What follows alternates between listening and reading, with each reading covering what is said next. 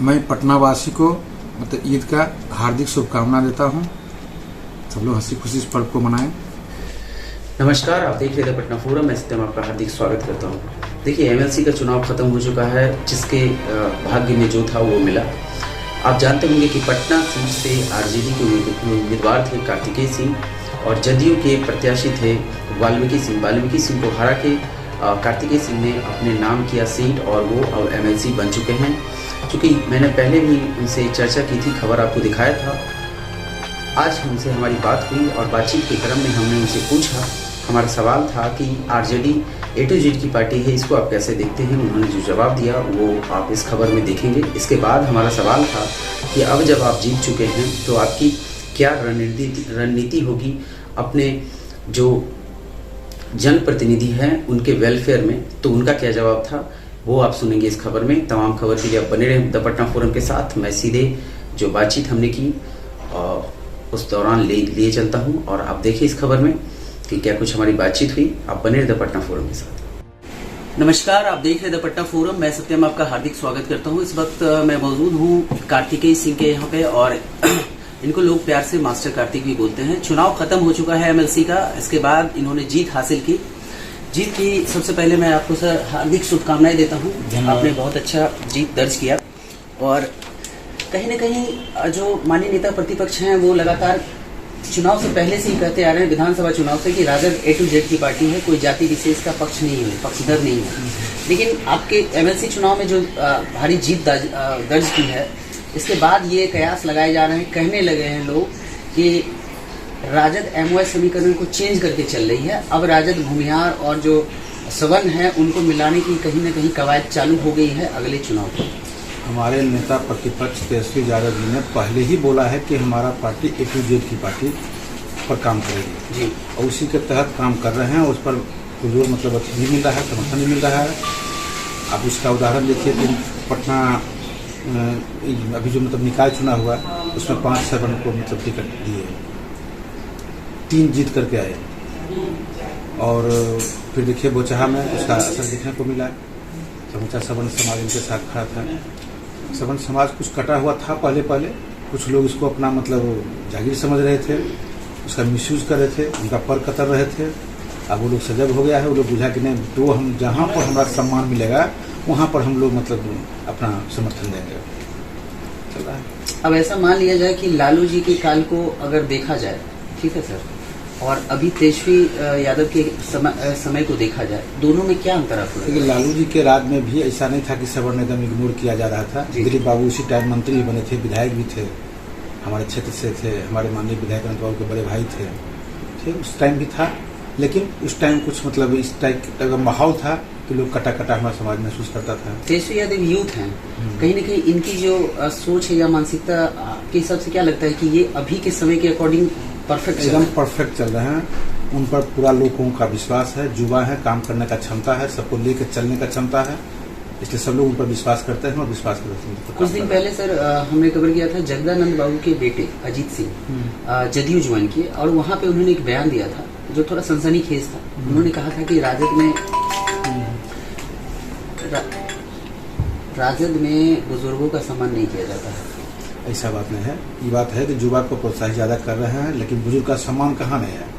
बुजुर्ग नहीं है उसमें जी, तो गार्जियन की भूमिका में है। अब युवा आगे आ रहा है तो उसमें क्या परेशानी, क्या दिक्कत, क्या कोई दिक्कत नहीं है। मतलब राजनीति में इस तरह की चीजें जो होती है, लोग दल बदल करते हैं, ये प्रक्रिया होती है, इसको कॉमन मान लिया जाए। ये तो कॉमन चलता है ना। तो मतलब बीजेपी में नहीं है, बीजेपी में भी तो माँ किधर है, बेटा किधर है, हम सब है, ये चल भी करता है। और सर एक चीज, अब आपकी रणनीति क्या होगी? आप जीत दर्ज किए हैं, अब आपकी प्लानिंग, चूंकि पहले भी आपसे बात हुई थी, अब आपकी प्लानिंग कैसे होगी सर? सबसे पहले तो हमारे मतदाता टोटल जनप्रतिनिधि होते हैं जी। जनप्रतिनिधि का समस्या उठाना, उनके पर काम करना मेरा पहला प्राथमिकता होगा जी।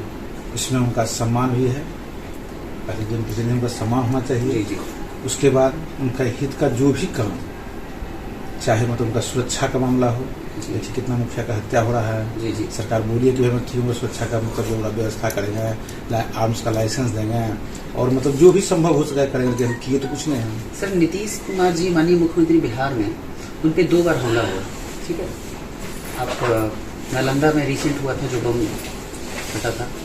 तो और वो तो सर कल की मैं बात कर रहा हूँ, एक दिन पहले की मैं बात कर रहा हूँ, जब पशुपति कुमार पारस जाते हैं चाराडी बाबा चौरमल के पूजा में, वहाँ पे उन पे हमला हो जाता है पूरे काफिला पे, मैं भी मौजूद था सर। तो ये इस तरीके की सुरक्षा व्यवस्था बिहार में कहीं न कहीं चैलेंजिंग हो गई या कंट्रोल नहीं हो रही? जिस स्टेट में वहाँ का मुख्यमंत्री सुरक्षित नहीं हो, उनका सुरक्षा में जाके कोई मतलब 2 बार चूक हो चुका है, तो दूसरा पब्लिक क्या सुरक्षित रहेगा? केंद्रीय मंत्री के हमले को आप कैसे देखते हैं सर?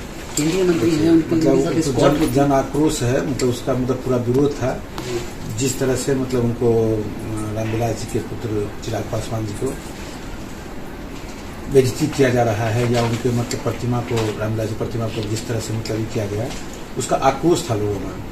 उसमें दूसरे समाज का लोग ने, जहाँ मेला होता है जी। उस मेला में सिर्फ और सिर्फ उन्हीं के समाज के लोग का वहाँ जमावड़ा रहता है। मतलब इस वजह से चुरमल जो मेला है मोकामा में, मेला, उस मेला में उन्हीं के समाज का लोग रहता है। वही मतलब चिराग पासवान जी, मतलब उनका मीटिंग हुआ शांतिपूर्ण ढंग से, वो चले गए, जाने पर इनका आक्रोश था कि इन पर लोग हमला किया। एक सवाल सर मैंने पहले भी आपसे पूछा था कि आप जब जीत के आएंगे उच्च सदन में आप बैठेंगे, ठीक है सर?